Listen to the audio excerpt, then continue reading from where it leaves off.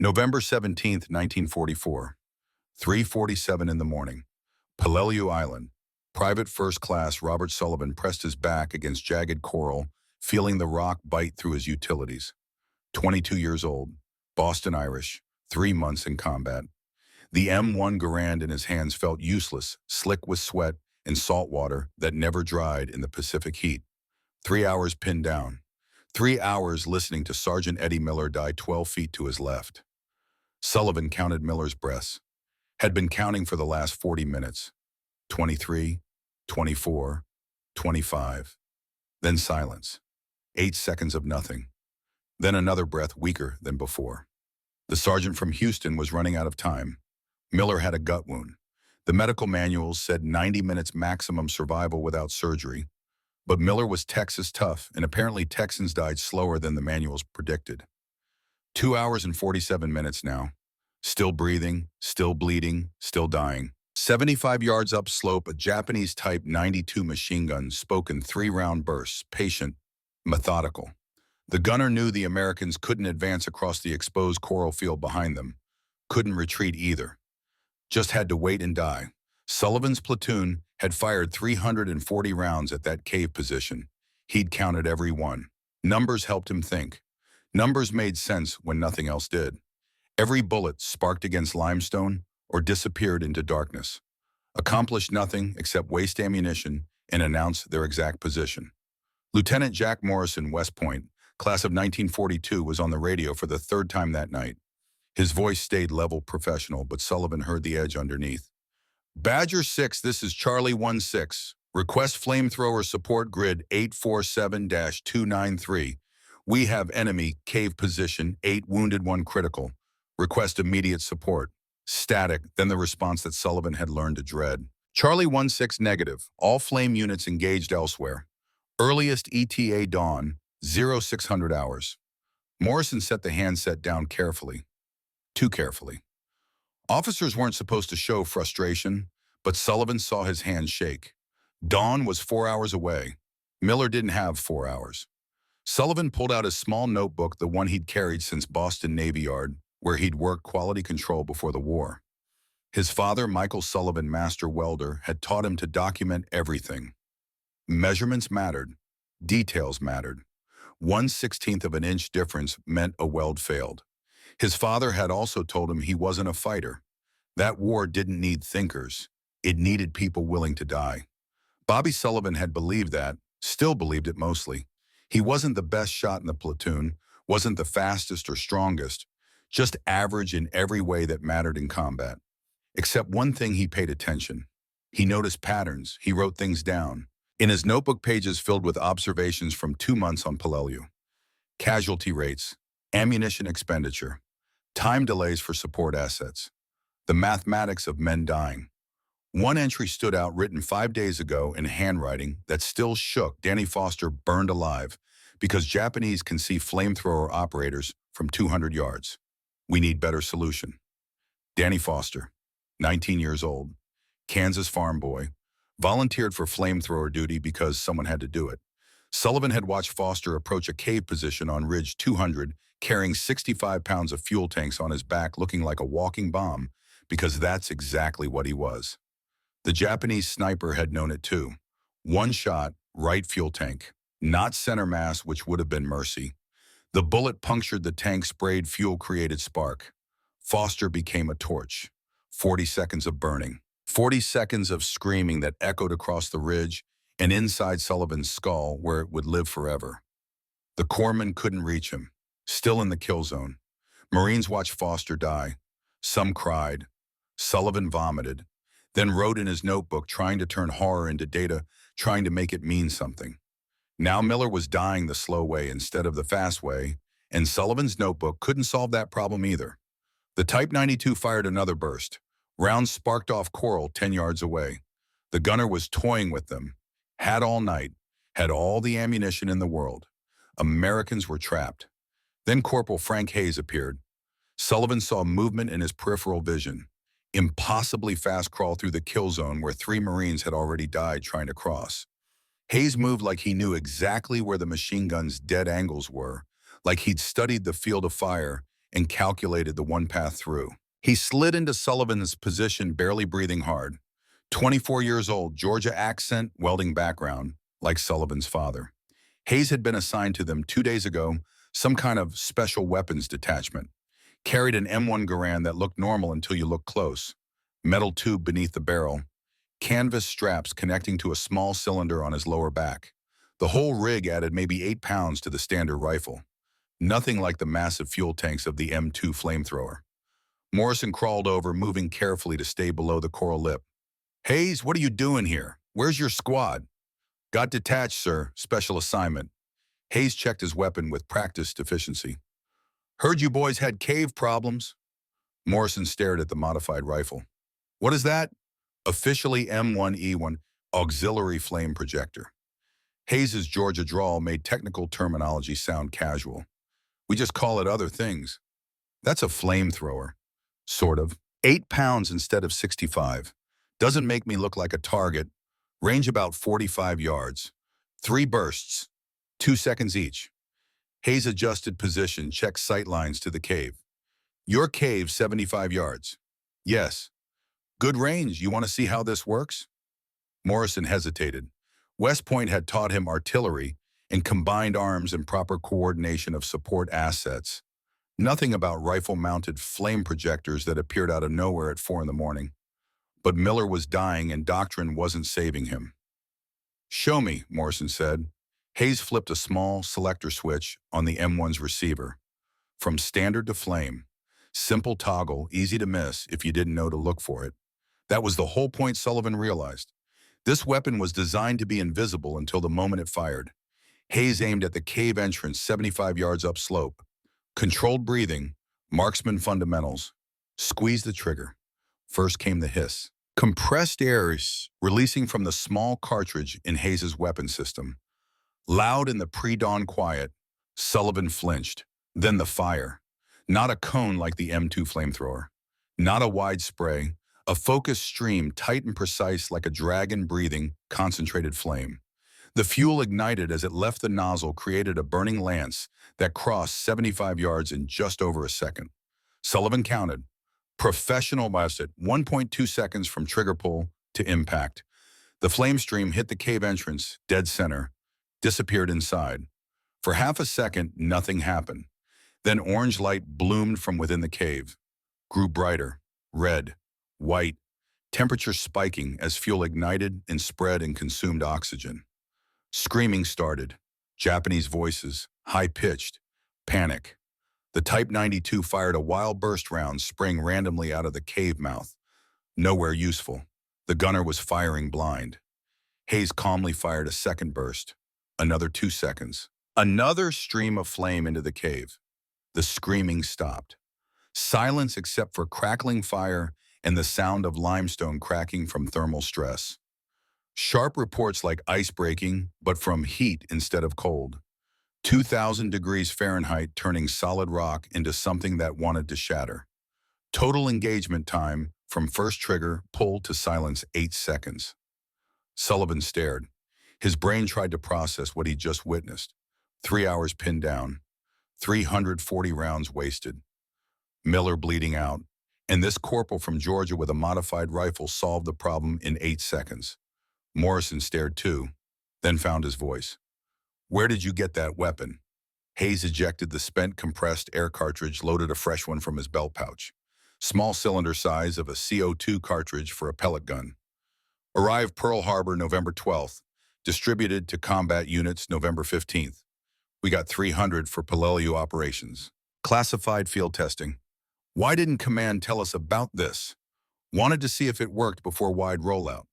Verify effectiveness in actual combat conditions. Hayes checked his fuel gauge. "I'm guessing it works." Sullivan looked across the ridgeline. Pre-dawn twilight was turning the sky from black to gray. He could see smoke rising from other positions. 7 distinct columns. 8, 9. All the same color as the smoke drifting from the cave Hayes had just hit.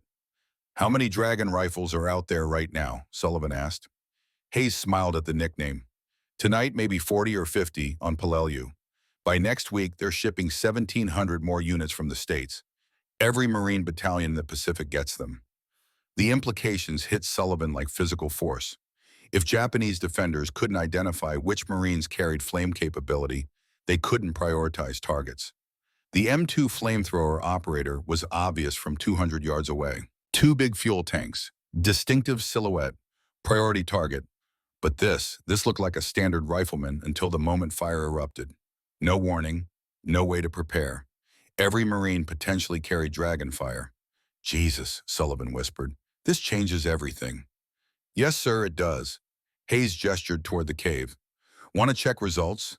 Should be cool enough to approach in about 5 minutes. Morrison nodded slowly. West Point hadn't prepared him for this. But West Point also hadn't prepared him for writing 11 condolence letters in 8 weeks, for watching boys burn, for waiting 4 hours for support that never came. Sometimes you had to improvise. They waited 5 minutes. Sullivan counted every second. 300 counts. Old habit from Navy Yard Quality Control. Measure twice, act once. Morrison entered the cave first. Flashlight, pistol drawn, professional caution. Sullivan followed Hayes last relaxed like they were inspecting a training facility. The cave extended 35 feet back, widened into a chamber about 15 by 20. 3 Japanese soldiers lay dead. Not burned exactly.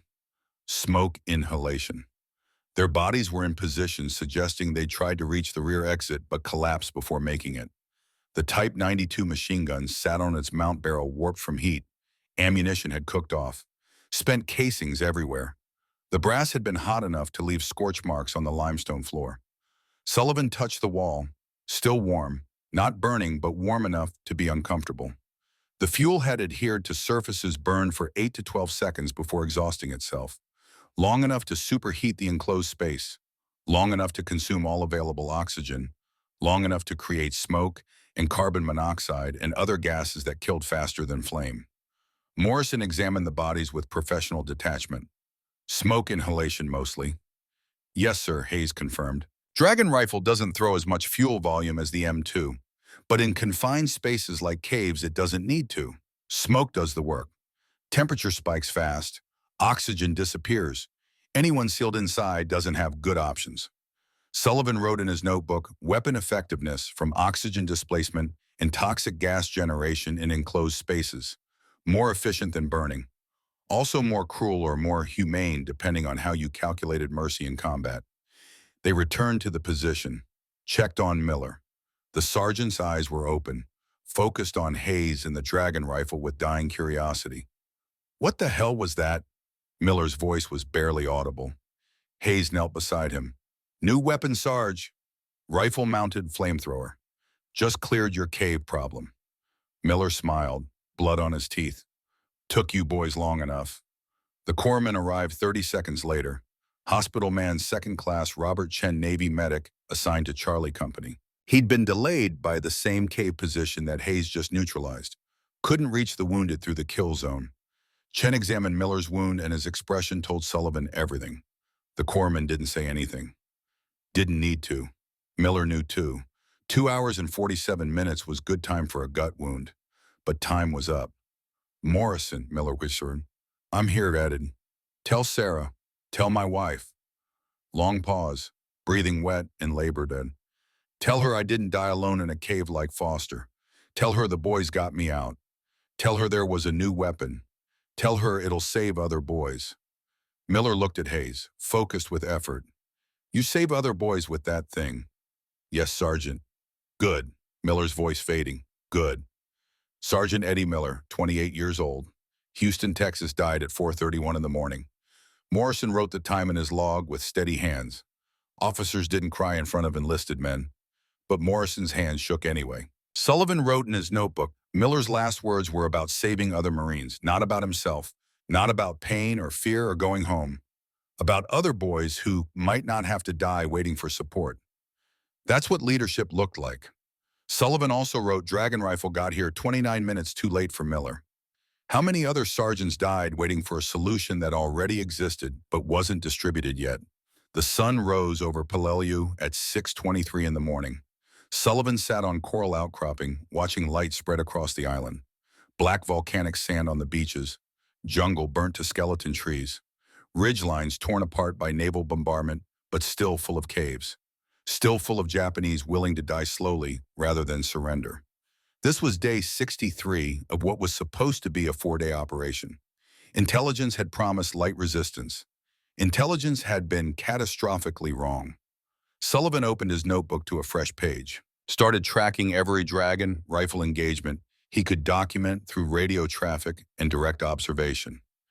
8:15 hours, Ridge 140 bunker complex, Hayes plus 2 other operators, 6 bursts total, 4 minutes from approach to all clear, 0 friendly casualties, estimated 6 to 8 enemy killed, 10:47 hours. Hill 100 cave entrance, single operator, Private First Class Mike Anderson, 2 bursts, 2 minutes, 0 friendly casualties, 3 enemy confirmed, 14:30 hours. Reinforced pillbox on supply route, 3 operators coordinating fire, 9 bursts total, 90 seconds, 0 friendly casualties, 4 enemy killed. Enemy tried to evacuate through rear exit, but Marines were positioned to cover multiple angles. No escape, 1800 hours, Bloody Nose Ridge tunnel system, 5 operators, 15 bursts over 20 minutes. Complex had multiple chambers, required methodical clearing. 2 friendly wounded from bullet wounds during approach, not from flame. Estimated 15 to 20 enemy casualties.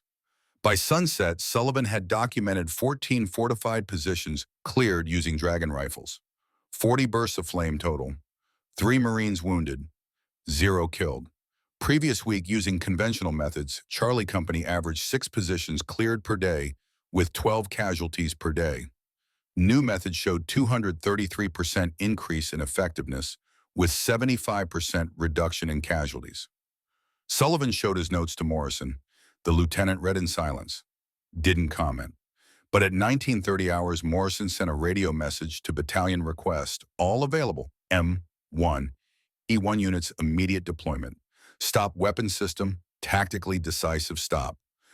Priority urgent, stop Morrison. That night, Morrison wrote another condolence letter. 11th in 8 weeks, to Mrs. Sarah Miller, Houston, Texas, he started. Dear Mrs. Miller, it is my duty to inform you. Stopped. Crossed out duty. Started again. Your husband Eddie died in service to his country. Stopped. How do you tell a woman her husband bled out over 3 hours waiting for support that came 30 minutes too late? Morrison crumpled the letter. Stared at his hands. West Point ring on his left finger. Gift from his father, a colonel, a World War I veteran who believed in artillery doctrine and tactics manuals. The tactics manuals didn't have a chapter on what to do when all the doctrine in the world couldn't save your men. Sullivan sat 10 feet away, watching Morrison break. Rare thing to see an officer crack, but they were all cracking in small ways, little fractures that would widen later when they had time to think about what they'd done and seen and survived. Something fundamental had changed on November 17th, not just tactically, something deeper. The mathematics of infantry combat had shifted.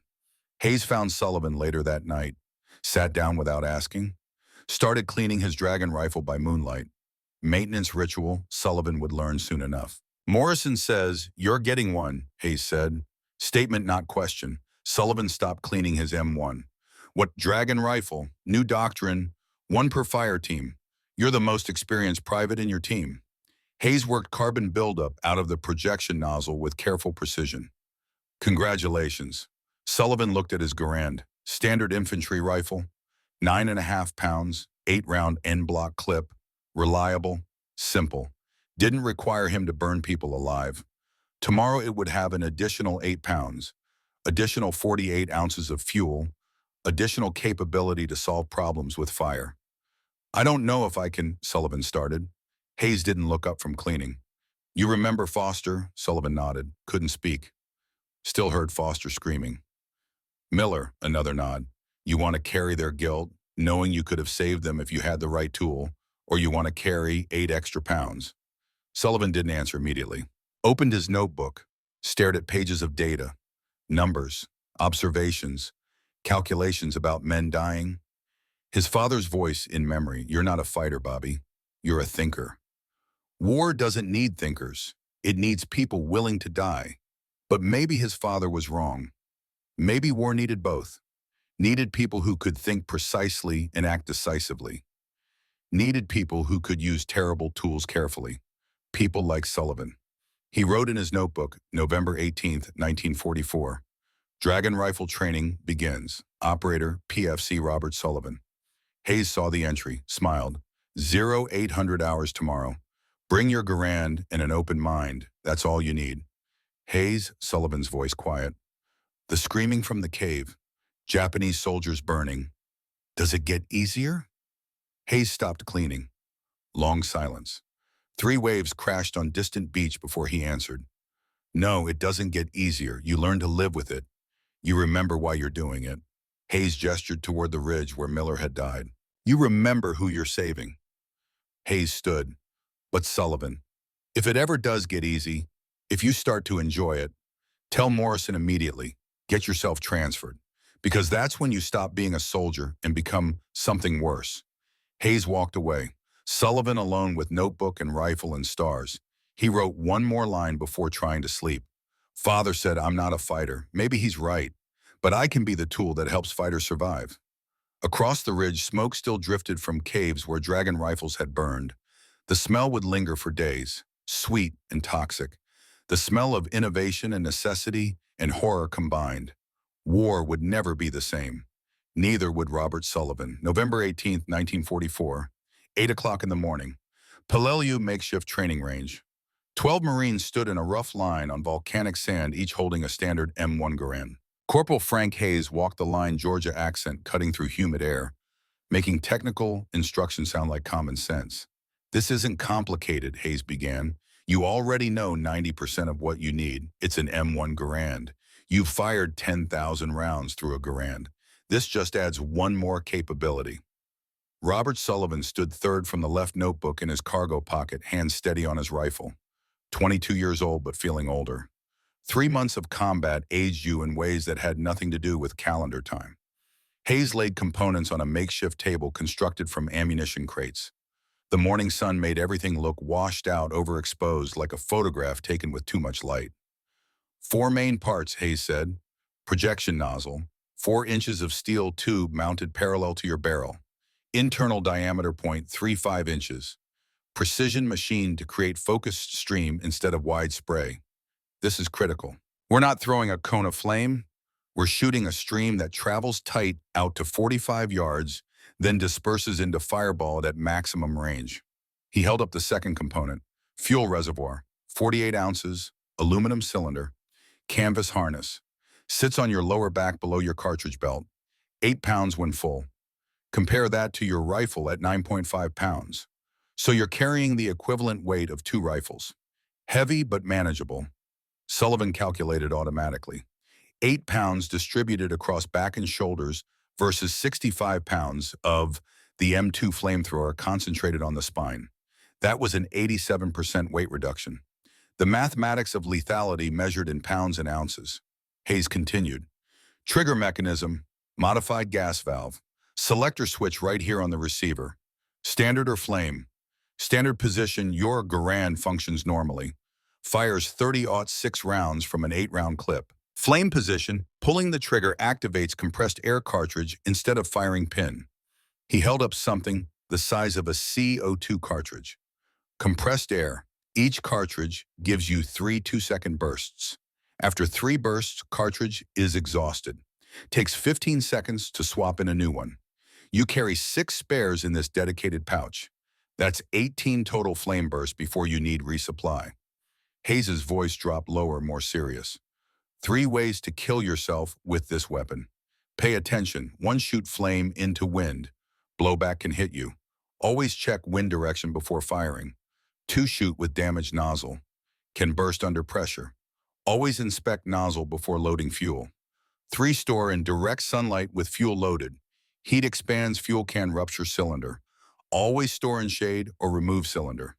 He looked at each Marine individually, making sure they understood this wasn't theoretical.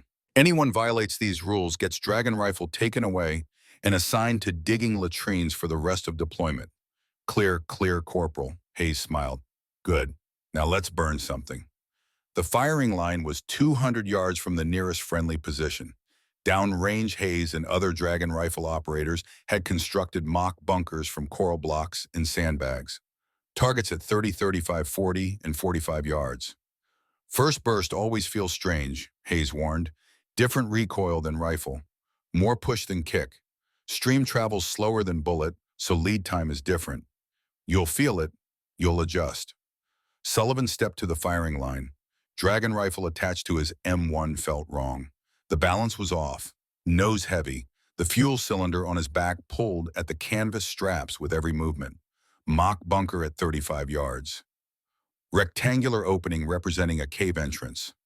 Sullivan flipped the selector switch from standard to flame. Felt the click. Aimed using standard iron sights.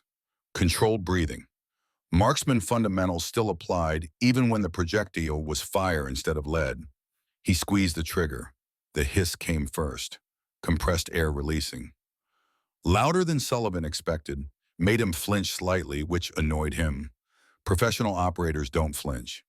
Then the whoosh, fuel igniting, creating a stream that looked impossibly slow compared to bullets. Sullivan's brain tried to calculate velocity. Maybe 40 feet per second at the nozzle. Gravity and air resistance would slow it further. The stream, arced slightly, dropped maybe 6 inches over 35 yards. Travel time 1.1 seconds from trigger pull to impact. Sullivan counted automatically. An eternity compared to bullets that crossed the same distance in a tenth of that time. The fuel hit the mock bunker entrance, splashed across the opening, ignited surfaces, burned with orange flames and black smoke. The smell hit 3 seconds later. Gasoline and diesel mixed with something else. The thickening agent that made the fuel sticky, made it adhere to surfaces instead of running off, made it burn longer. Sullivan gagged slightly, covered it. Professional operators don't vomit during training. Hayes appeared beside him. Good shot, dead center at 35 yards. Natural talent for this. Sullivan didn't feel talented, felt nauseous. The smell was worse than he'd expected. Sweet and chemical and wrong. You're a thinker, Hayes continued. I can tell. You calculated trajectory before you even pulled the trigger, didn't you? Sullivan nodded. Use that. You're not an instinct shooter. You're precision. Calculate aim fire. Treat it like quality control work. Measure twice, shoot once. The comparison to Navy Yard work hit harder than Hayes probably intended. Sullivan's father measured weld strength by the 16th of an inch. Now Sullivan measured lethality by the ounce of fuel and the yard of range. Different precision. Same fundamental principle. By 1,100 hours, Sullivan had fired 18 practice bursts, 6 at each range from 30 to 45 yards. His aim improved with each shot. Muscle memory building. Brain learning to compensate for fuel trajectory, drop, and wind drift. Hayes gathered the 12 trainees. Tactical employment. 3 principles. First fire in short bursts, 2 seconds each. Don't hold the trigger trying to increase effect. Just waste fuel. Short controlled bursts are more accurate and fuel efficient. He held up 2 fingers. Second, aim for maximum effect.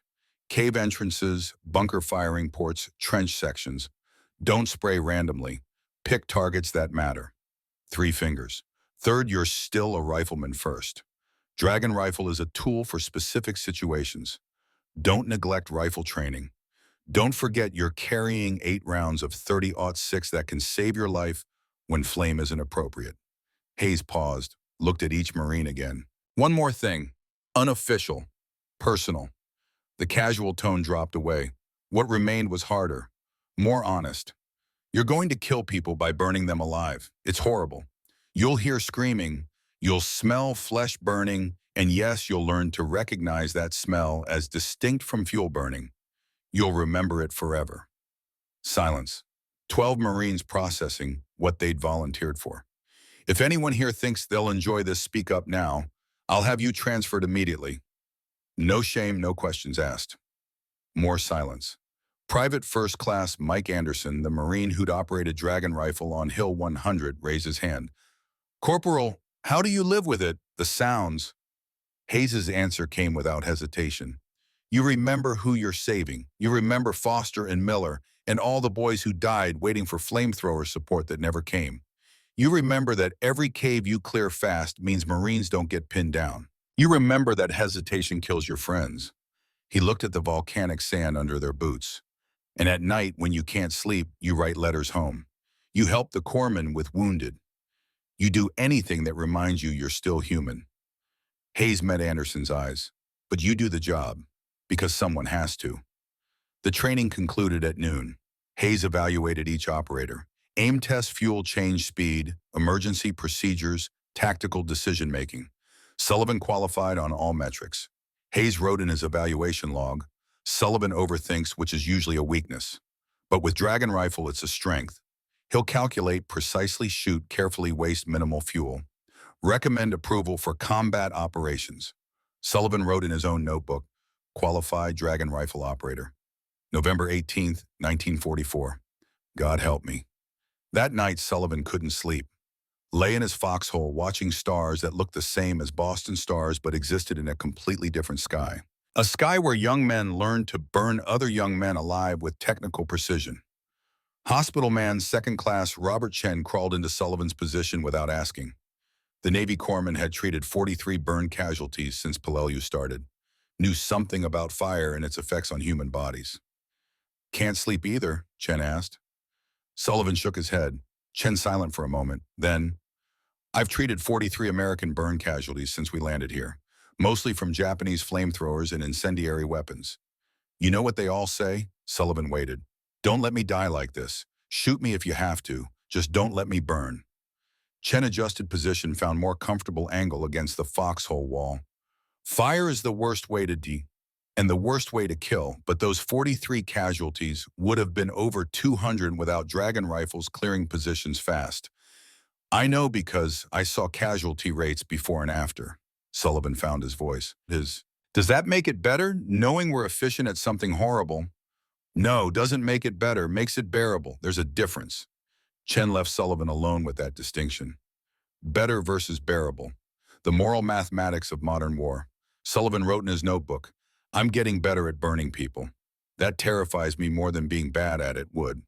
300 miles northwest at Pearl Harbor Naval Station, Marine Corps Equipment Board, Captain Richard Cartwright coordinated the largest weapons distribution operation since the M1 Garand replaced the Springfield rifle. November 25, 1944. Cartwright's office overlooked the harbor where Japanese bombs had fallen 3 years earlier. Now the harbor was packed with ships heading west, carrying supplies, and carrying weapons, carrying Marines toward more islands that would cost more lives. The telegram from Peleliu sat on Cartwright's desk. M1E1 field tests. Successful stop. Tactically decisive stop. Increase. Production. Maximum capacity. Stop. Priority. Urgent. Cartwright studied distribution maps. The Pacific theater stretched across distances that made European campaigns look compact. Every island was a logistics nightmare. Every weapon system needed ammunition, spare parts trained, operators maintenance support. But Dragon Rifles simplified the equation, used same fuel as M2 flamethrowers, could be operated by any trained rifleman, didn't require dedicated specialists, just needed Marines willing to carry 8 extra pounds and live with what that weight enabled. Cartwright wrote distribution orders. 1st Marine Division currently engaged Peleliu 200 additional units immediate deployment. 3rd Marine Division engaged Philippines 400 units expedited shipping. 4th Marine Division in training for Iwo Jima 380 units with accelerated training program. 5th Marine Division training for Iwo Jima 420 units with accelerated training program. New Doctrine 1, Dragon Rifle per 4-man fire team. Marine Rifle Squad contained 3 fire teams, 12 men, 3 Dragon Rifles per squad. Organic flame capability at the lowest tactical level. Revolutionary concept, not because the technology was complicated, because it wasn't, because it made specialized capability ordinary. Cartwright attached a memo to his distribution orders M1. One philosophy is distributed lethality, no longer dependent on specialized flamethrower operators who become priority targets. Every fire team possesses organic flame capability. Enemy cannot prioritize targets. Enemy cannot predict which Marines carry fire. Tactical advantage, psychological as much as physical. The orders went out November 26th. 1,700 Dragon Rifles in transit across the Pacific. enough to equip every Marine infantry battalion for the next 6 months of island warfare. But information traveled faster than weapons. Intelligence reports traveled faster than ships. December 18, 1944. Japanese Naval Intelligence Office, Iwo Jima. Lieutenant Commander Hideaki Tanaka compiled reports from Peleliu survivors. 9 separate after-action statements, all describing the same phenomenon. Americans using rifles that breathe fire. Tanaka wrote his assessment in precise characters. American forces employ new weapon. Rifle-mounted flame projector. Japanese troops designated Ryu no Juji. Dragon rifle. He listed characteristics, appears identical to standard M1 rifle until fired. Effective range 40 to 45 meters. Projects burning liquid into fortifications. Operator indistinguishable from normal riflemen. Estimate 20 to 30% of American fire teams equipped. Tactical implications: cannot prioritize targets. Any American soldier may carry flame capability. Cave defensive doctrine compromised. Recommendations: increase ventilation in defensive positions. Multiple escape routes per position. Wet blanket barriers at cave entrances to absorb burning fuel. Assessment: this weapon represents significant threat to defensive operations. However, American production likely limited. Prepare for increased deployment in future operations. Tanaka was right about the threat, wrong about production limitations. American industrial capacity was about to demonstrate what total war manufacturing looked like. Edgewood, Arsenal, Maryland. Chemical Warfare Service, Experimental Weapons Division. Dr. Harold Jensen, 48 years old, civilian engineer, received updated production orders December 1st. Increase M1, E1 manufacturing to maximum capacity. All available resources allocated. Priority exceeds all other flame weapon programs. Jensen's team, partnering with DuPont Chemical Engineers, redesigned production lines. October had produced 200 units weekly. Prototype scale, proof of concept manufacturing. December production, 1,200 units weekly. January ramped to 1,500. February maintained that pace. Total production between November 1944 and May 1945, 6,947 Dragon rifles. Combat deployment, 4,200 units. The remainder kept for training reserves, evaluation potential, future expansion that never materialized because the war ended first. But that's getting ahead of the story. February 19th, 1945, Iwo Jima, D-Day. Robert Sullivan waded through black volcanic sand that cut through cloth and embedded in skin like glass particles because that's exactly what it was. Volcanic glass, nature's razor wire, 23 years old now. Birthday had passed unnoticed somewhere between Peleliu and this beach. 4 months since Hayes first fired a Dragon rifle into that cave. 4 months since Sullivan's life divided into before and after. The Dragon rifle attached to his M1 Garand felt heavier in amphibious assault. Salt water soaked the canvas straps. Sullivan worried about fuel cylinder seals. They'd tested for water resistance but not full immersion in Pacific saltwater. Charlie Company, 1st Battalion. 7th Marines hit Red Beach 1 at 9:02 in the morning. Intelligence had promised light resistance. Intelligence had lied with such consistency that Sullivan wondered if they did it deliberately. Set expectations low, so reality couldn't disappoint as much.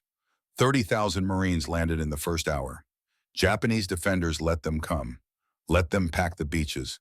Let them think maybe this time intelligence was right. Then artillery opened fire from Mount Suribachi and the northern ridges. Mortars, machine guns. Everything the Japanese had hidden and preserved through 3 days of naval bombardment. Sullivan's squad reached a volcanic terrace 200 yards inland, pinned immediately. Japanese bunker complex above the terrace, interlocking fire lanes, no way to advance across open ground without dying. Captain Morrison, promoted after Peleliu, moved through the position with practiced calm. Sullivan, Dragon rifle up. Sullivan low-crawled forward. Black sand stuck to everything. Face hands rifle. Dragon rifle nozzle. Had to check for blockage. Clear. One less thing to worry about. Bunker 50 yards away, slightly uphill. Perfect range. Sullivan flipped selector to flame. Aimed at the firing port. Rectangular slot, 2 feet wide, 6 inches tall. Small target but achievable. First combat shot since Palelu training 3 months ago. Hayes' warning in memory. You'll hesitate. Everyone does. Push through it. Sullivan hesitated. 2 seconds that felt like 2 hours. Remembered Miller bleeding out. Remembered Foster burning. Remembered 43 burn casualties Chen had treated. Remembered the equation your hesitation cost Marine lives. Squeeze trigger. Fire stream. 50 yards. Slight arc upward due to angle. Through firing port into bunker interior. Muffled explosion. Then screaming. Japanese voices. High-pitched. Panic. The sound that would live in Sullivan's memory forever alongside Foster's screams. Different language. Same agony. Sullivan's hands shook. Not from fear, from realization. From understanding that he'd just burned people alive and he was getting better at it, and that improvement felt like damnation. Morrison's voice cut through. Good shot, Sullivan. Second burst. Make sure. Sullivan fired again. No hesitation this time. Professional execution. Quality control. Verify results. Silence from the bunker. Clear. Move up. They took the terrace. Advanced another 50 yards. Found another bunker. Sullivan burned it. Advanced another 100 yards. Found a cave entrance. Sullivan burned it. Efficient. Methodical. Horrible. Somewhere in the chaos, Corporal Hayes appeared with his fire team. They'd been assigned to different beach sector, but the fighting compressed units together like waves forcing water through narrowing channels.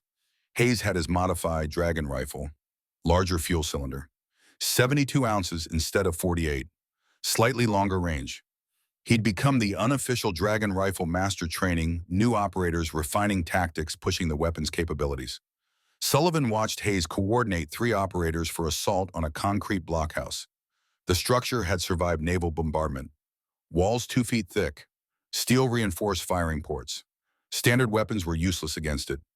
Hayes positioned his operators, Private First Class Mike Anderson on the left firing port, Private First Class Tony Kowalski center, Corporal James Rodriguez right, all Dragon rifle equipped, all Hayes trained, hand signals. 3, 2, 1, fire. 3 streams of flame converged inside the blockhouse. Temperature inside that confined space spiked to estimated 2,500 degrees. Steel beams warped. Concrete cracked. Anyone inside dead in seconds. Hayes didn't celebrate, just moved to next position. War wasn't about glory, it was about problem solving. Blockhouse equals problem. Dragon rifles equal solution. Next problem ahead. By sunset on D-Day, Sullivan had fired 23 Dragon rifle bursts, cleared 11 fortified positions, estimated enemy casualties 30 to 40, friendly casualties in his immediate squad 0. The mathematics worked. That was the problem. The mathematics worked perfectly. Night of February 19th, Sullivan couldn't sleep. Volcanic sand everywhere, in his uniform, in his hair, in his lungs when he breathed. The whole island felt like it wanted to reject human presence. Chen found Sullivan again. The corpsman had that gift for finding Marines who needed someone to talk to, even if they didn't know they needed it. You did good work today, Chen said. Sullivan didn't respond. I treated 16 burn casualties, all American, all from Japanese flame weapons and incendiaries. You know how many I would have treated if we couldn't clear those positions fast. How many, man? Based on Palelu rates, somewhere between 60 and 80. Chen settled against the volcanic sand, found position that was merely uncomfortable instead of actively painful. Your precision saves lives, Sullivan. You think carefully. You aim carefully. You don't waste fuel. You don't create unnecessary suffering. I burn people alive. No, you neutralize fortified positions that would otherwise kill your friends. You do it precisely. You do it quickly. You minimize suffering for everyone involved. That's mercy in a war context. Sullivan pulled out his notebook. Wrote by moonlight, February 19th. 23 bursts, 11 positions. I'm getting better at this. Chen says that's mercy. I don't know what it is. Across Iwo Jima, in an underground command post beneath Mount Suribachi, Japanese Captain Akira Tanaka studied reports from his defensive positions. Red Beach 1-3 positions neutralized by flame weapons. Blue Beach 2, 5 positions destroyed. Yellow Beach 4 positions burned out. pattern consistent across all sectors. Tanaka marked positions on his map with red ink. Each mark represented a position that fell within minutes instead of hours. Each mark represented the difference between effective defense and systematic defeat. Americans had brought Dragon rifles in numbers that exceeded intelligence estimates. Not 20% of fire teams. More like 50%, maybe higher. Hard to tell because every American looked the same until fire erupted. Tanaka wrote in his command log, February 19, 1945, American flame doctrine has evolved from specialized weapon to standard infantry capability. Our defensive preparations inadequate, countermeasures insufficient. He paused, added personal observation. We are losing not because American soldiers are superior. We are losing because American industrial capacity can equip every infantry squad with capabilities we can barely imagine. This is the lesson of Dragon rifles. This is the lesson of total war. Tanaka would die March 14th. Position overrun. Last entry in his command log. The Dragons are too many. But Sullivan didn't know about Tanaka's log or his observations or his death. Sullivan only knew that every night he closed his eyes and heard screaming in Japanese and English, and the universal language of people dying in fire. February 26, 1945, Day 7 on Iwo Jima. Sullivan sat in a foxhole at 2 o'clock in the morning, unable to sleep, writing in his notebook by filtered moonlight.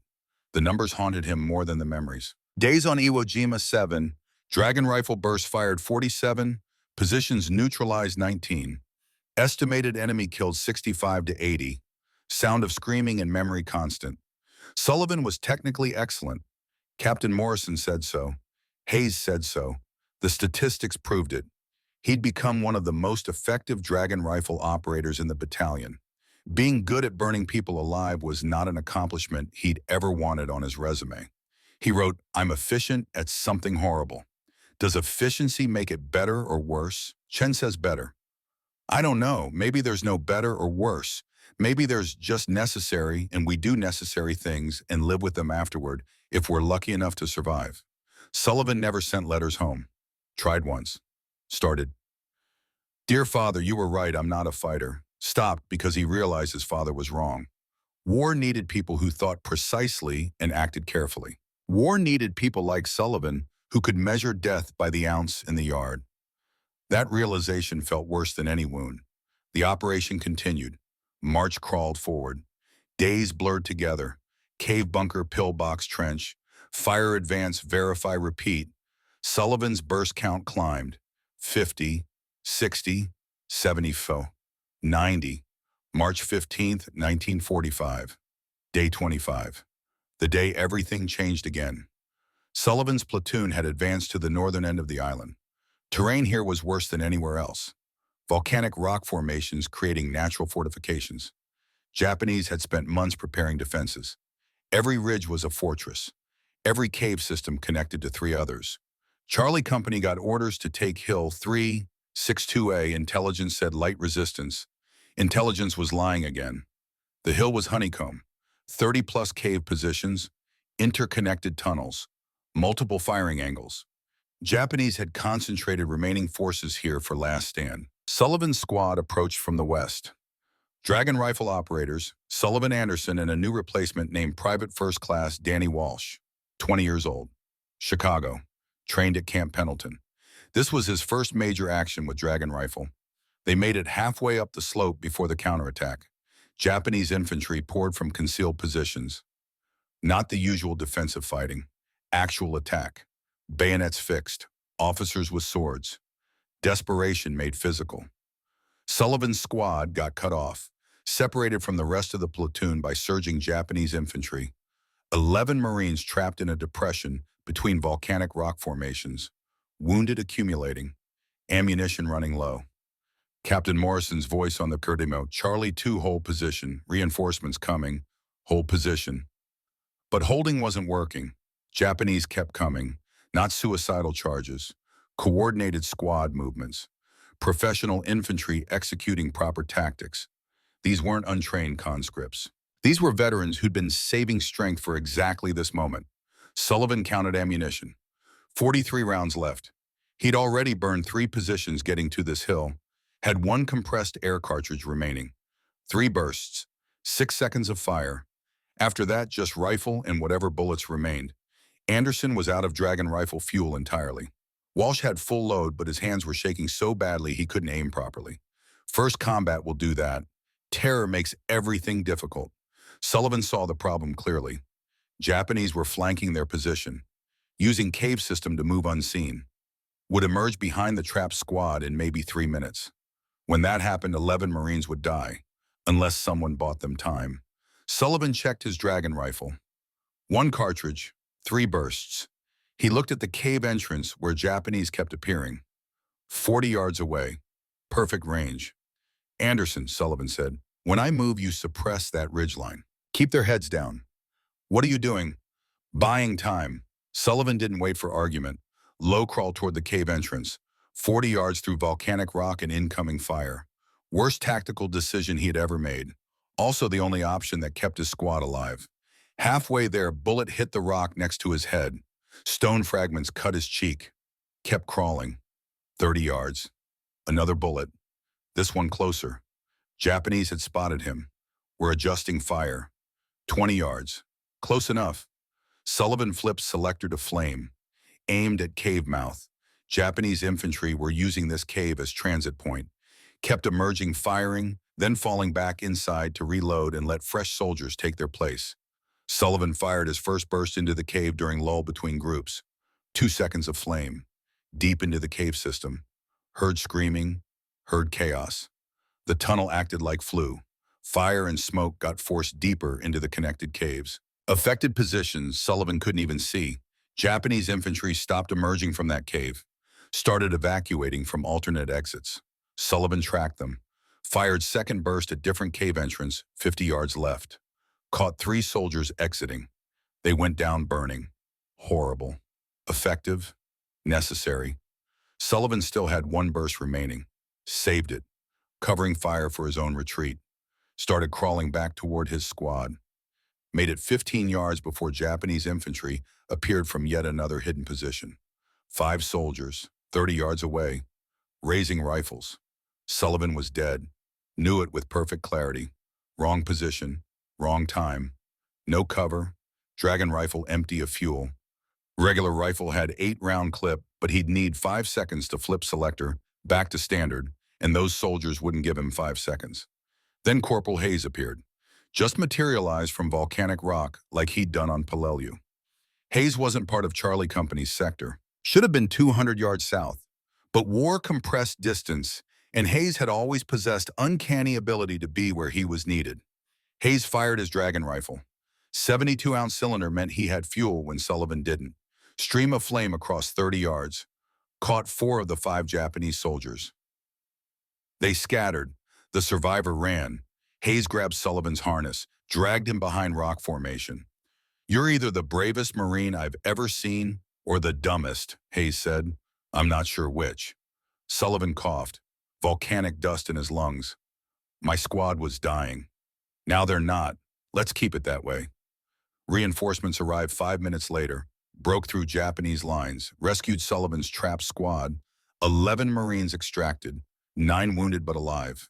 2 dead from wounds received before Sullivan's action. Captain Morrison found Sullivan after the position secured, looked at him for a long moment, then said, "That was incredibly stupid and incredibly necessary. Good work, Sullivan." That night, Morrison wrote Sullivan up for Bronze Star. Citation would read, "For heroic achievement in connection with operations against the enemy." Private First Class Sullivan repeatedly demonstrated exceptional skill and courage in neutralizing fortified enemy positions, directly contributing to his unit's success and the preservation of American lives. Sullivan would accept the medal, put it in a box, never display it, never mention it, because the citation didn't mention the screaming, didn't mention the smell, didn't mention lying awake at night calculating how many people he'd burned alive and whether that made him a hero or something else entirely. March 16th morning, Morrison found Sullivan cleaning his rifle. "I'm rotating you off dragon rifle duty," Morrison said, "assigning it to Anderson. You've done enough." "Sir, I'm the most experienced operator in the company. Taking me off Dragon Rifle reduces our effectiveness. Maybe, but effectiveness isn't the only thing that matters. Morrison pulled out his notebook. Officers kept logs too. You've cleared 63 positions since November. Estimated 300 enemy casualties. You've saved probably 100 American lives through rapid position neutralization. Morrison closed the notebook. Yesterday you did something I've never seen before. Used Dragon Rifle offensively in moving assault. Saved your squad. That's the action of someone who's mastered this weapon beyond tactical employment. You've taken it to operational art level. Morrison's voice softened slightly. That's enough, Sullivan. You don't need to carry this anymore. Someone has to carry it. Yes, but it doesn't have to be you, not anymore. Sullivan handed over his Dragon Rifle that afternoon. Gave it to Private First Class Mike Anderson, who'd been operating a second weapon in the squad. Showed Anderson the modifications Sullivan had made. Slightly bent nozzle for better aim at upward angles. Extra padding on the cylinder straps. Small adjustments that came from 5 months of experience. Don't enjoy it, Sullivan said. Sir, don't let yourself enjoy being good at this. Stay afraid of it. The fear keeps you human. Anderson took the weapon.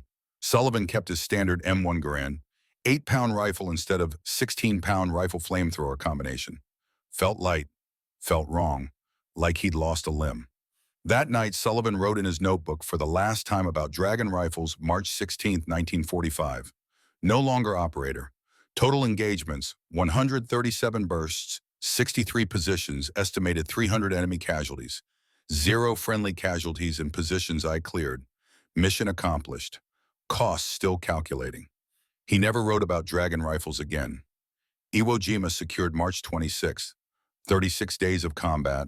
American casualties, 26,038 wounded, 6,821 killed. Japanese casualties, approximately 18,000 killed, 216 captured.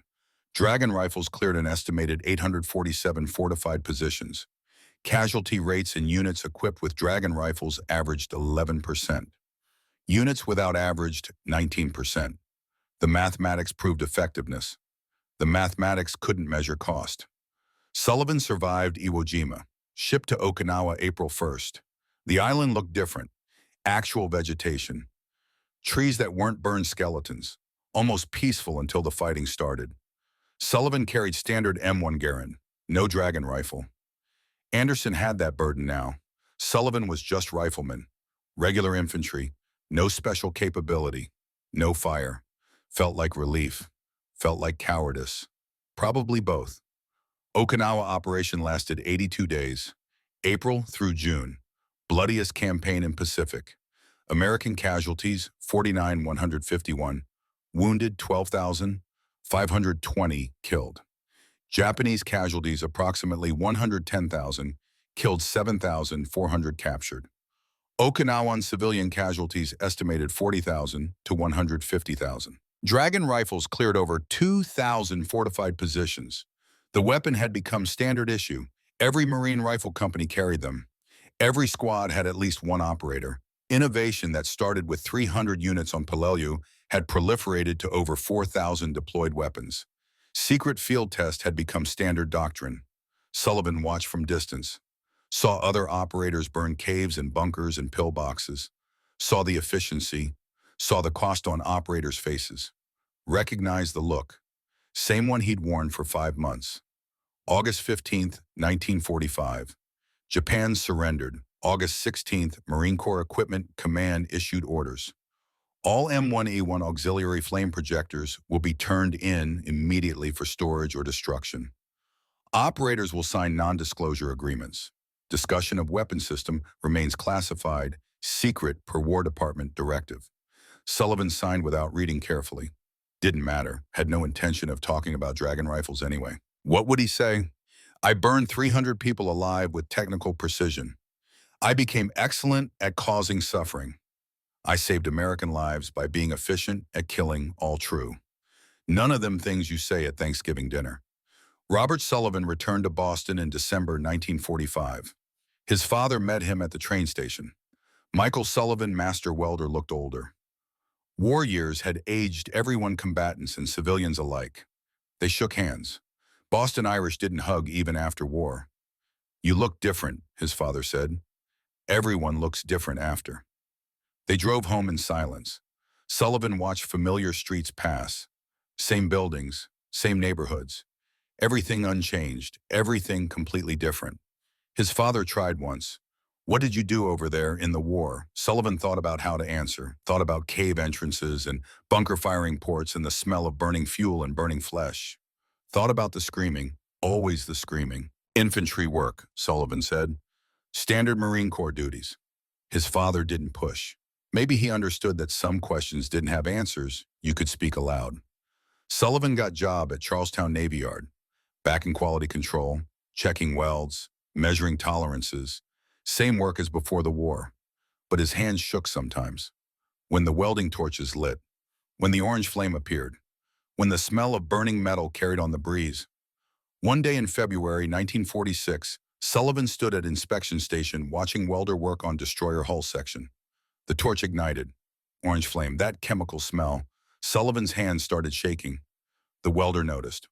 Older man, maybe 50. Had that look veterans recognize in each other. You all right, kid? Sullivan gripped the inspection table. Knuckles white. Fine, just cold. It's 60 degrees. Sullivan said nothing. The welder killed his torch, set it down, walked over, spoke quietly. I was in France, first war.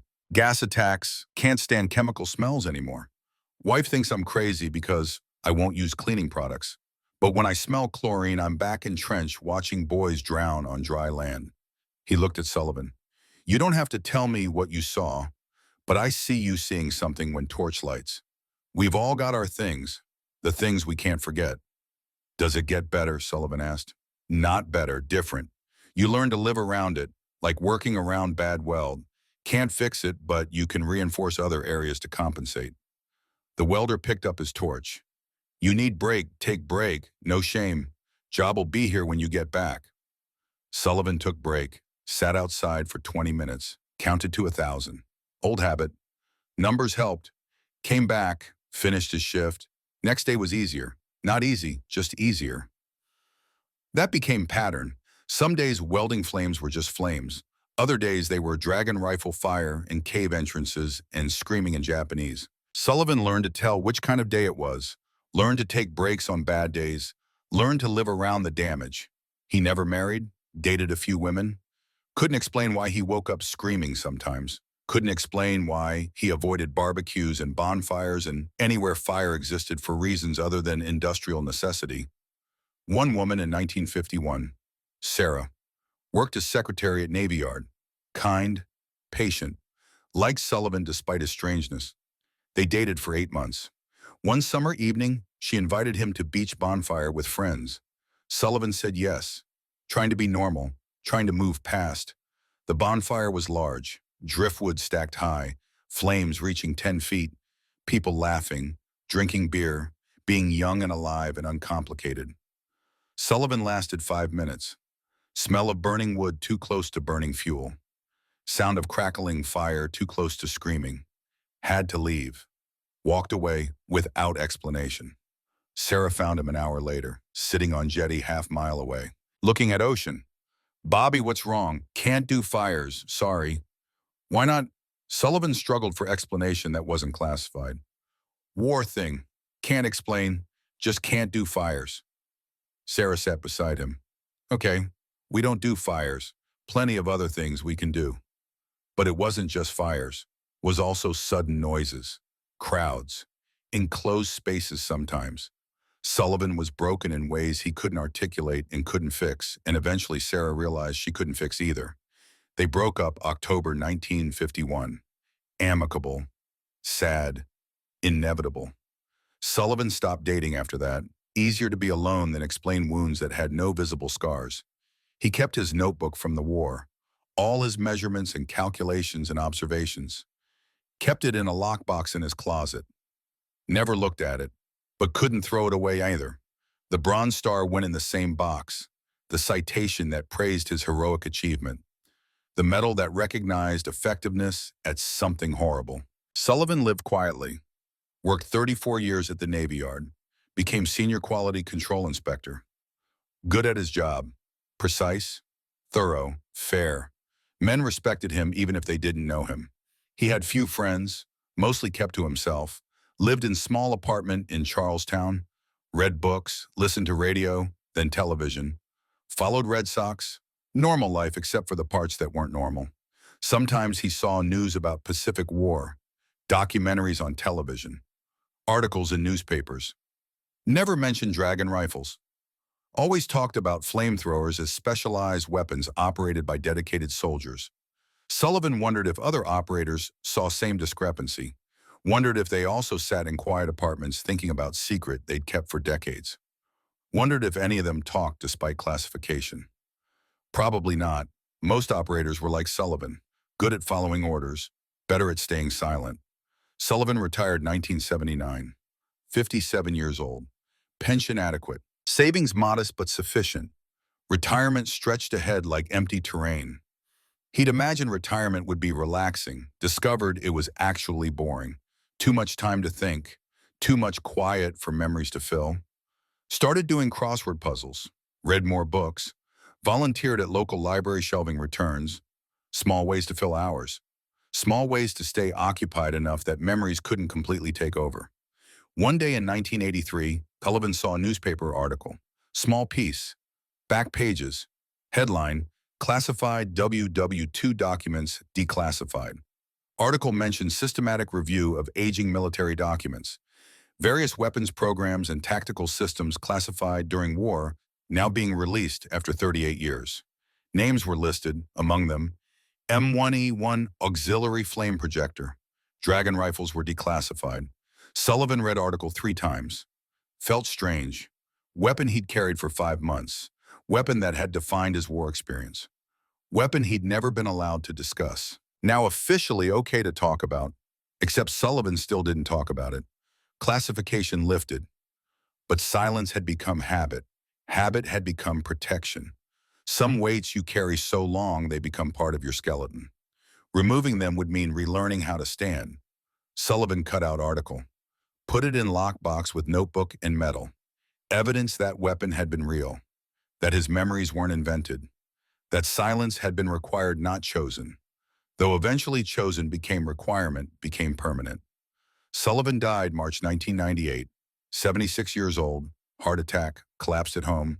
Neighbor found him next day. His obituary ran in Boston Globe. 2 paragraphs. Robert Sullivan, retired Navy Yard Inspector, Marine Corps veteran, Pacific Theater, survived by nephew Thomas Sullivan and niece Patricia Sullivan Morrison. Services private, in lieu of flowers donations to Marine Corps League. Obituary mentioned honorable discharge. Nothing about dragon rifles. Nobody knew to ask. The lockbox went to nephew Thomas. Put it in his attic unopened. Still there. Memory boxed and stored and forgotten. That was Sullivan's legacy.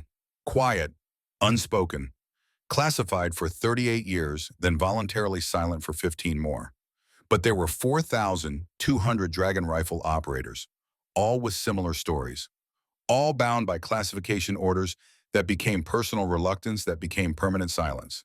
Frank Hayes returned to Savannah, Georgia, taught high school shop class for 34 years, taught 3 generations of students metalworking, welding proper, tool safety. In his classroom hung one photograph. His fire team on Peleliu, 4 young Marines squinting at camera, weapons slung casually. Could have been any training photo from any war. Students asked about it sometimes. Hayes gave same answer, just some boys I served with. One student in 1987, persistent kid, smart, heading to Georgia Tech engineering program, kept pushing. Mr. Hayes, what weapon is that in the picture? Looks like M1 Garand, but there's something extra on it. Hayes looked at photo, really looked. First time in years. Could see dragon rifle clear as day if you knew what to look for. Projection nozzle under barrel, fuel cylinder barely visible. Just standard infantry rifle, Hayes said. Light plane tricks. You sure my grandfather was in the Pacific? Says he never saw anything like that. Hayes smiled, kind smile, teacher smile. Your grandfather probably right. Marines carried lots of experimental equipment. Most of it didn't work out. Best we forget the failures and remember the things that mattered. Student accepted answer, went to Georgia Tech, became engineer, probably never thought about conversation again. Hayes kept thinking about it, realized he'd been given perfect opportunity to break silence about weapon that had defined his war. Weapon he'd helped perfect. Weapon he'd trained dozens of operators to use. And he'd said nothing. Classification was lifted. He could have explained, could have told truth, could have made student understand what innovation looked like, what tactical revolution felt like, what carrying fire cost. But Hayes said nothing, because silence was easier. Because some truths were too complicated for casual classroom conversation. Because he'd carried weight so long that speaking felt heavier than staying quiet. Hayes died 2004, 83 years old. His family donated his service records to Marine Corps Historical Center. Researchers can access them. Nobody has. Just another veteran's papers in archives full of veteran papers. Jack Morrison promoted to major after Iwo Jima served in Korea. Commanded Rifle Company, saw Dragon rifle equivalent being tested in Korean cave warfare. Weapon didn't work as well in different terrain. Project abandoned. Morrison retired as Lieutenant Colonel 1964, 3 wars. 32 years service, multiple decorations, respected officer, Marine Corps History Division did oral history interview 1989. Standard practice for senior officers. Preserve institutional knowledge. Document experiences. Interview lasted 4 hours. Covered Morrison's entire career.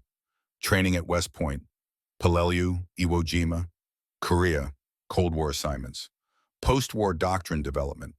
Interviewer young captain asked about experimental weapons on Peleliu. Morrison paused, long pause. Interviewer waited. We had access to some specialized equipment I'm not at liberty to discuss. It was effective. Can you elaborate? No. Is it still classified? Technically, no. Personally, yes. Interviewer didn't push. Some things were clearly off limits. Morrison's tone made that clear.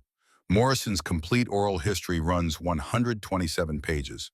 Dragon rifles mentioned once obliquely in those 7 words. 72 bursts of flame erased into one careful sentence. After interview, captain thanked Morrison, shook hands, said interview would be valuable for historians. Morrison smiled polite smile. Just make sure you include the things that actually matter. The boys who served, the ones who didn't come home, that's the only history worth preserving. Captain nodded, didn't understand Morrison wasn't talking about what was said.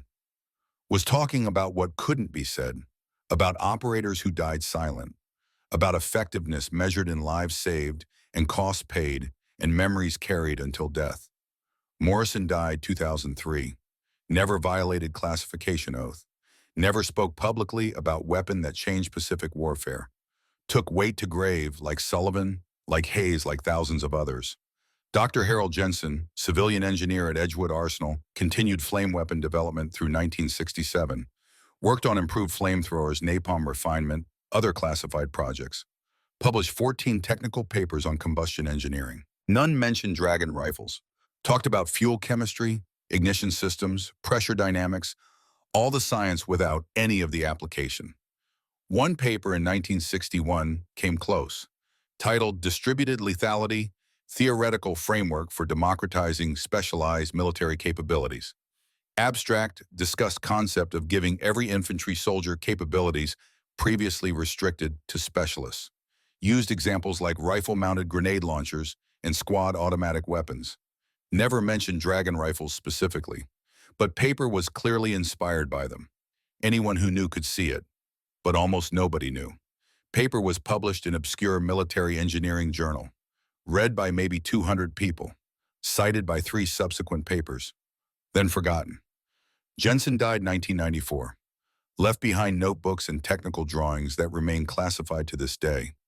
Some things stay secret even after declassification. Engineering specifications for M1E1 auxiliary flame projector exist in some government archive. Locked away, forgotten. Of the 4,200 Dragon rifles deployed in combat, none returned to the United States. Marines turned them in per orders. Most were destroyed, cut apart with torches, disposed as scrap metal.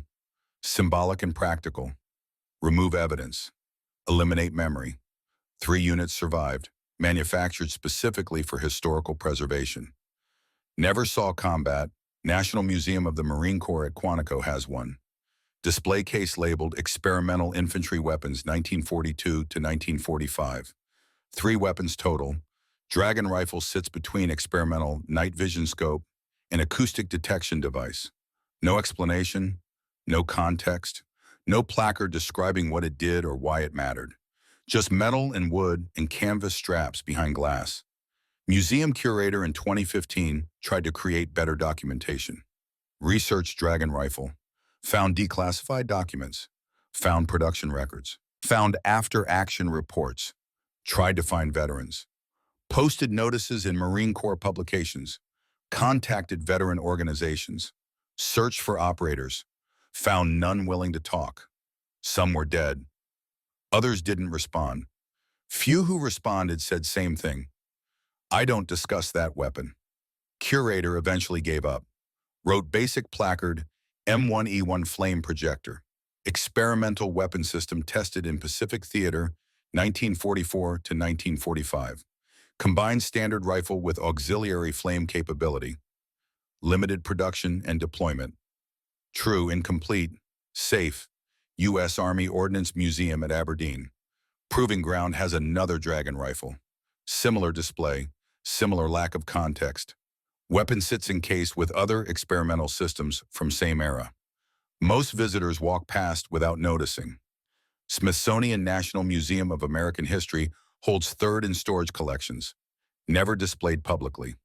Accessioned as M1E1 flame projector, circa 1944. Catalog notes mention chemical warfare service development, nothing about combat employment, nothing about 4,000 operators, nothing about effectiveness or cost.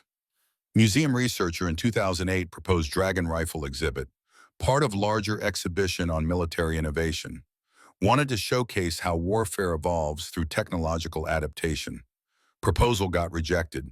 Committee decided Dragon rifle was too controversial and insufficient public interest. Real reason nobody wanted to explain to visitors how United States equipped every infantry squad with ability to burn people alive and then classified entire program for almost 4 decades. Easier to keep it in storage. Let it gather dust. Pretend it never happened.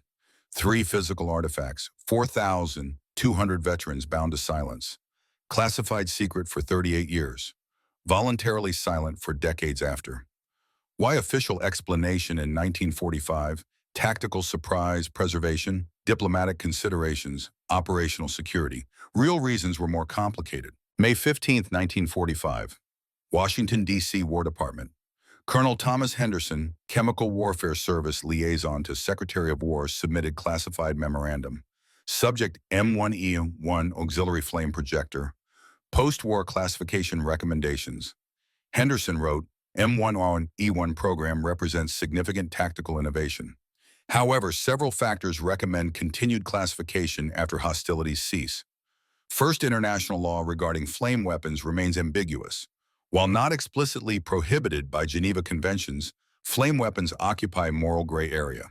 Widespread publicity of rifle-mounted flame projectors could complicate post-war diplomatic relations, particularly regarding war crimes, tribunals, and occupation policy. Second, weapon effectiveness derives partially from enemy inability to identify operators. Public disclosure of technical specifications eliminates tactical surprise for potential future conflicts. Soviet Union and other potential adversaries would develop countermeasures if aware of capability. Third, detailed documentation of burn casualties and operational employment could provide material for enemy propaganda regarding American conduct of war. Japanese already claiming American brutality. Dragon rifle publicity would substantiate claims. Fourth, program demonstrates American willingness to pursue any tactical advantage, regardless of moral considerations. This revelation could complicate post-war positioning as moral authority and democratic standard bearer. Better to classify and forget. Recommendation: maintain secret classification for minimum 25 years. Destroy all Dragon rifles except museum samples. Remove references from official unit histories. Restrict veteran discussion through continued classification orders. The memorandum went up the chain.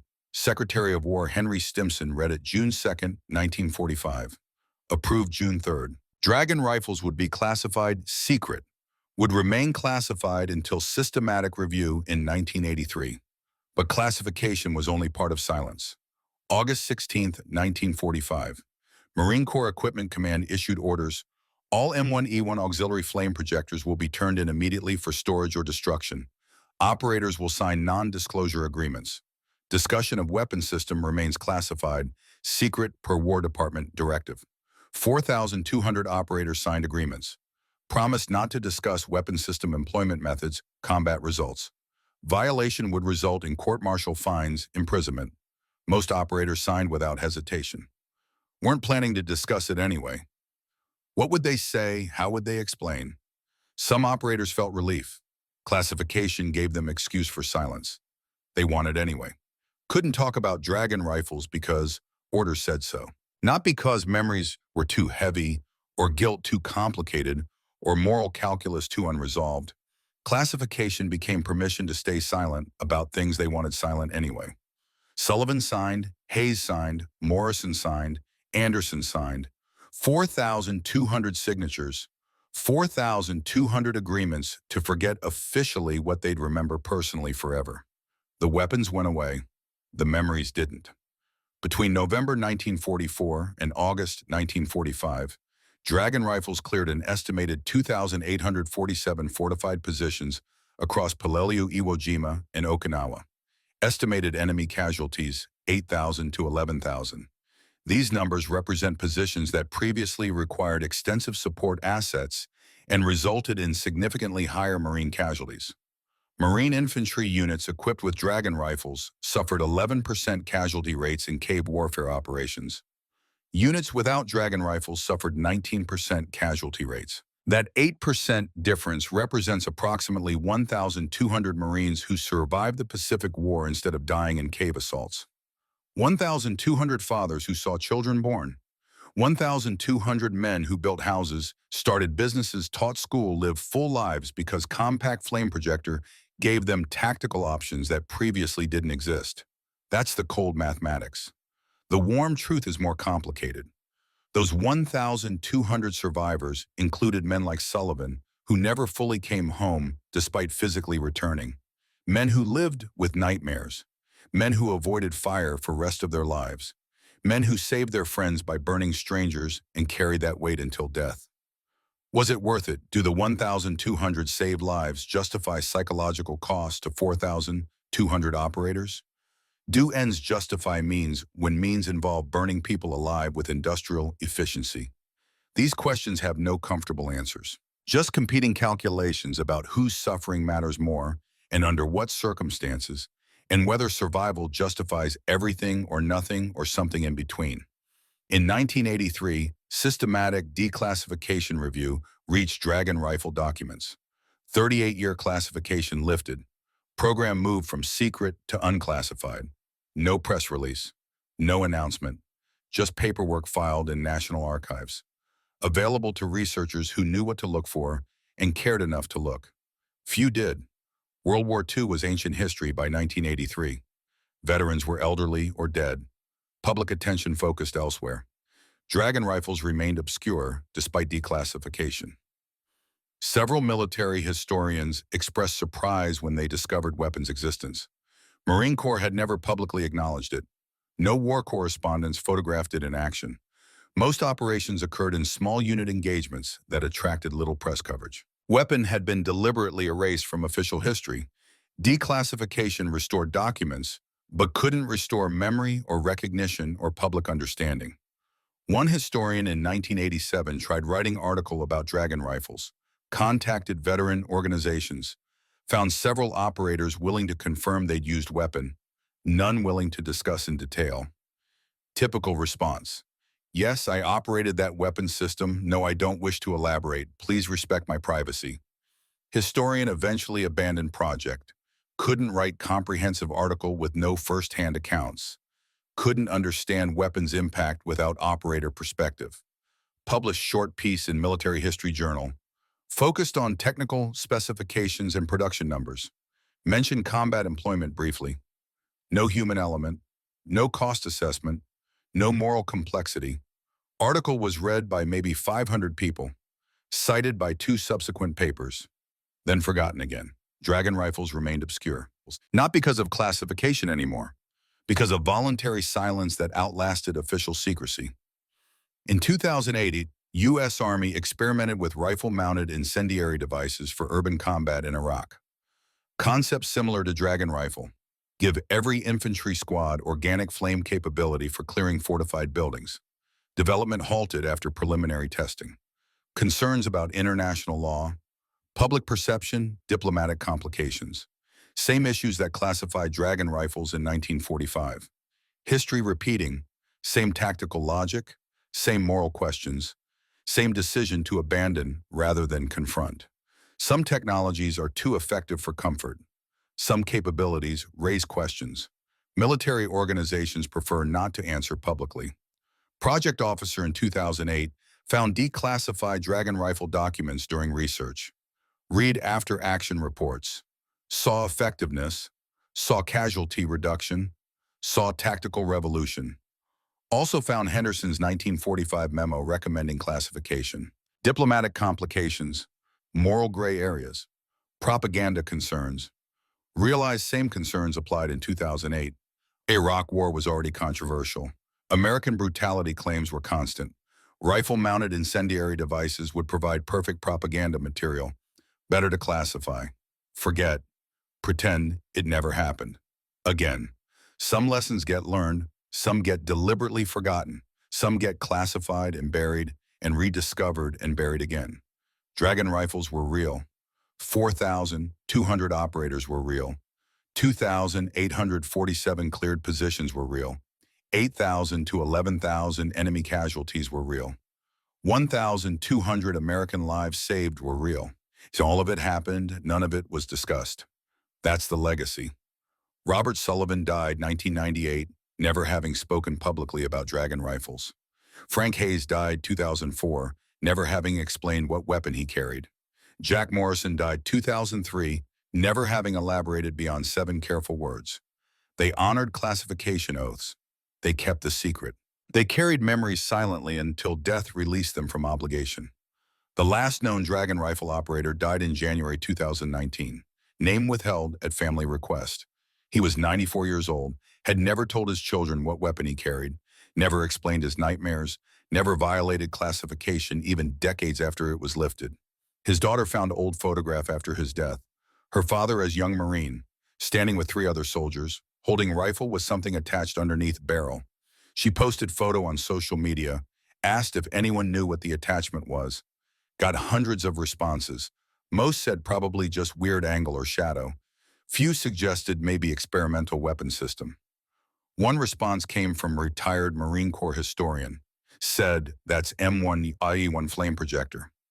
Dragon rifle, used in Pacific 1944 to 1945. Your father was one of maybe 4,200 operators. Daughter didn't know what that meant. Googled Dragon rifle, found brief Wikipedia entry. Few hundred words, technical specifications, production numbers, combat employment mentioned briefly, nothing about peeing, nothing about screaming, nothing about carrying fire, nothing about silence. Daughter tried to learn more, contacted Marine Corps, got referred to Historical Center, got told records were sparse. Most operators had died. Few had ever discussed it. She eventually gave up, accepted that her father had carried secret to grave. Some weights are too personal to share. Some silences are choices, not impositions. Now they're all gone. Every operator. Every man who fired those weapons and lived with what fire accomplished. All dead. All silent. All beyond questioning. What remains? 3 museum pieces gathering dust. Declassified documents in archives. After-action reports with clinical descriptions of positions cleared and casualties inflicted. Technical specifications measuring lethality in ounces and yards. And notebooks, maybe, locked away in attics and closets and storage units. Private records of public events, measurements and observations, and occasional moments of honest reflection about what it meant to be efficient at terrible things. Sullivan's notebook is probably still in his nephew's attic in Boston. Lockbox unopened. Memory preserved but unread. If nephew ever looks inside, he'll find pages of careful handwriting, documenting cave warfare mathematics, numbers recording effectiveness. Final entry dated March 16, 1945. Mission accomplished. Costs still calculating. Sullivan never finished that calculation. Maybe couldn't be finished. Maybe some costs exceed accounting systems humans possess. The Dragon rifles are gone. The operators are gone. The war is gone. What persists questions without comfortable answers. Recognition that tactical effectiveness and moral cost aren't opposites, but companions. Understanding that wars are won through innovations that survivors spend lifetimes trying to forget. American industrial capacity in World War II produced aircraft carriers and atomic bombs, and M1 Garand rifles and Dragon rifles. Produced enough of everything to overwhelm enemies through sheer material advantage. That capacity won the war. Also created weapons too psychologically expensive for men who use them. Dragon rifles represent that paradox perfectly. Tactically decisive, operationally efficient, psychologically devastating. Classified for 38 years because acknowledging existence meant acknowledging what Americans were willing to do to win, burning people alive with precision and efficiency and distributed capability across entire infantry divisions. That's what Dragon rifles enabled. That's what 4,200 Marines did. That's what saved 1,200 American lives and ended 8,000 to 11,000 enemy lives and scarred however many operator lives in ways unmeasurable. All true, all complicated, all deliberately forgotten until classified documents crept into archives and historians with time and interest reconstructed what had been erased. This is their story. The men who carried 8 extra pounds of fuel and fire and moral weight. The men who saved their friends by burning strangers. The men who became excellent at something horrible and lived quietly afterward with excellence's cost. They asked for nothing except to complete their mission and go home. They received recognition and classified citations nobody read, and bronze stars stored in lockboxes and nightmares that lasted 50 years. They changed infantry warfare, made specialized capability ordinary, distributed lethality to lowest tactical level, proved that innovation mattered more than tradition and that effectiveness could be measured in saved American lives regardless of methods employed. Then they went silent, honored their oaths, kept their secrets, carried their weights without complaint or explanation. Robert Sullivan, Frank Hayes, Jack Morrison, Mike Anderson, 196 others whose names appear in no memorials. Average age 22 when they operated Dragon rifles. Carried them through coral hell and volcanic nightmare and cave warfare that defied conventional solutions. They survived by being good at burning people. They came home by being silent about it. They died having protected secret better than any classification order could enforce. This story honors their silence by breaking it carefully, by acknowledging both their effectiveness and their cost, by refusing to celebrate or condemn, but simply to document what happened when American engineering met tactical necessity and produced weapons so efficient they had to be forgotten. The Dragon rifles are gone. The fire is extinguished. The operators rest. Their legacy remains. Quiet, complicated, classified for 38 years and obscure for 40 more after that. But real, always real. They carried fire. They saved lives. They paid prices that calculation systems cannot measure. They deserve to be remembered even though they preferred silence, especially because they preferred silence. That might be the most important part of all.